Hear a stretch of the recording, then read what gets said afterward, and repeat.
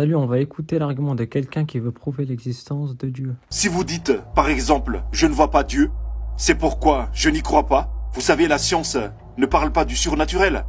Il s'arrête au physique. Par exemple, récemment, des scientifiques ont découvert de la matière noire. Alors c'est pas récemment, c'est en 1933 par Fritz Zwicky, où il va mettre déjà les premières hypothèses. Du coup, suite à ça, Vera Rubin en 1977, elle reprend le relais, où elle va faire des mesures de rotation des galaxies spirales.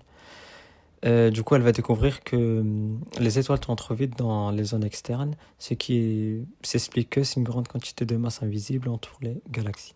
La matière noire est quelque chose qu'ils ne peuvent pas voir, qu'ils ne peuvent pas toucher, qu'ils ne peuvent pas ressentir, qu'ils ne peuvent pas sentir, ils ne peuvent pas entendre. Mais malgré tout ça, on peut constater son existence, car elle agit sur la gravité, elle influence les mouvements des galaxies et elle courbe la lumière. Et le fait de courber la lumière, ça donne l'image que je vous montre. Ça s'appelle les lentilles gravitationnelles. Et ce qui est marrant, c'est que ça ressemble à un emoji qui sourit. Et pour la petite histoire, les deux yeux, c'est des galaxies.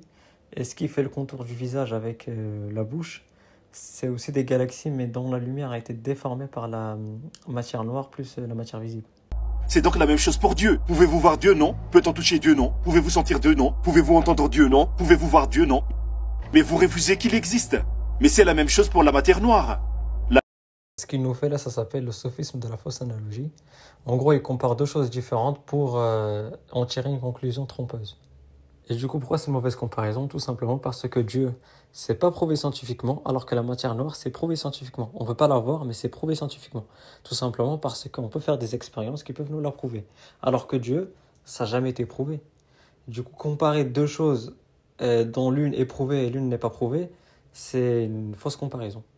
La même chose. Mais vous dites non. La matière noire existe.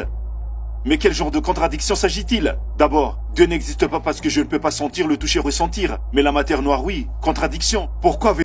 Je reviens pas sur ça car j'ai vu comme quoi tout son raisonnement était basé sur une fausse analogie. Je rappelle juste que Dieu, c'est métaphysique, la matière noire, c'est physique. Et on passe à la suite.